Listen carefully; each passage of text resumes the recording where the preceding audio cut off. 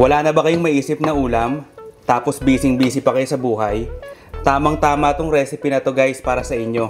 Ang dali na nga, tapos ang sarap pa. Pork belly with green beans.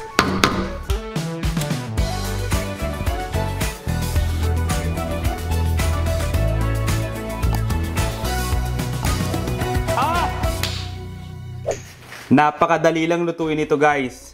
Ang una natin gagawin, lulutuin natin tong pork belly sa sarili niyang mantika. Yung pork belly, nahiwa ko na sa ganito kaliliit. Tingnan nyo ha, ayan, ganyan lang kaliliit.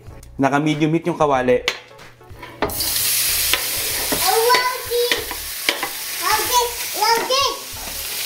Konting asin.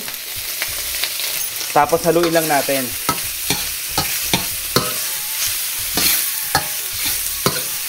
Kung gusto nyo mapabilis ang pagluto dito guys, takpan nyo.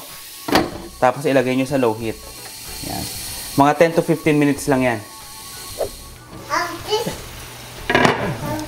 Okay, so guys, kapag ganito na yung itsura niya, ay nakita nyo, parang medyo naluto na. Tapos nagmantika na, ilagay nyo na sa medium to high heat. Yan, para maprito.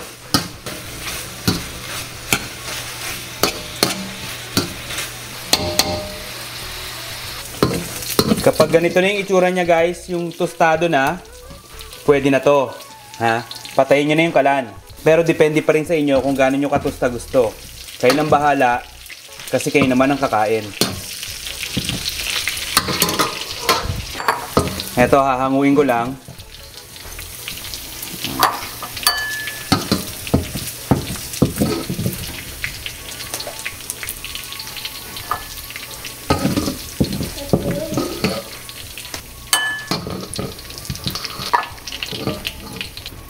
Isi-save ko tong mantika kasi ito yung gagamitin natin panggisa, tapos lilinisin ko lang yung kalan. Gamit ang mantika ng baboy, magigisa tayo ng onion and garlic.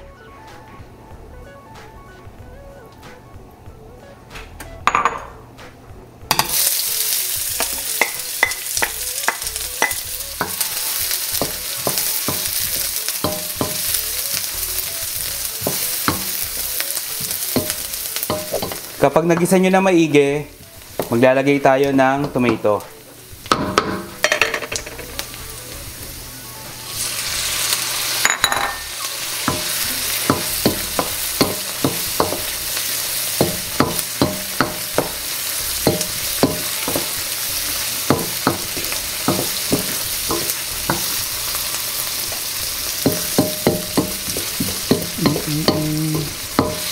Tapos, ilagay nyo na yung pork belly.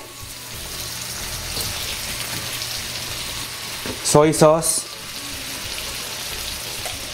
Sugar, pang balance ng lasa. Ground black pepper. Oyster sauce. And water. Tapos haluin nyo lang.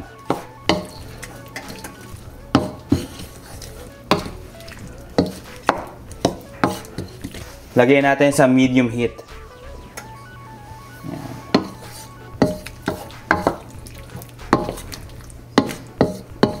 Okay guys, ito optional lang ha. Para hindi maging mukhang maputla tong ating ulam. Lalagyan ko ng dark soy sauce. Wala namang alat to, pampakulay lang. 1 tablespoon.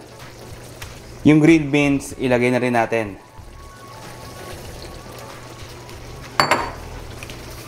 Ayan, tapos konting halo lang to.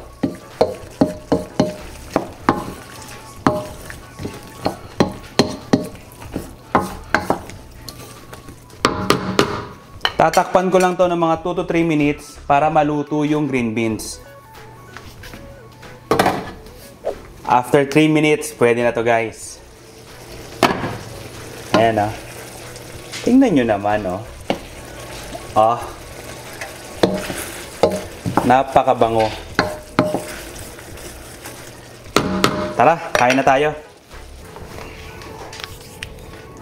O, diba napakadali lang gawin nito guys? Simpleng-simple pa yung mga recipe na kailangan nyo. At ang matindi pa rito, po, talagang napakasarap. Grabe to. Perfecto pang baon. Tapos kung alam mo na, kung may trabaho ka, nagmamadali ka, eto na lutuin mo. Yung recipe na to guys, tinambahan ko lang para sa inyo. Pero yung ingredients, sukat na yan. Sakto yung alat, sakto yung tamis, balance lahat. Grabe guys. Try nyo na. Sarap. O, kung nagustuhan nyo tong video na to, siyempre, i-like nyo na. Mag-subscribe na din kayo. Tapos, i-comment nyo yung mga pagkain na gusto nyo tsambahan natin. Basta lagi nyo tatandaan guys, na ang luto, mas sumasarap yan kapag patsamba-tsamba lang. Kita-kita tayo next week. Sarap!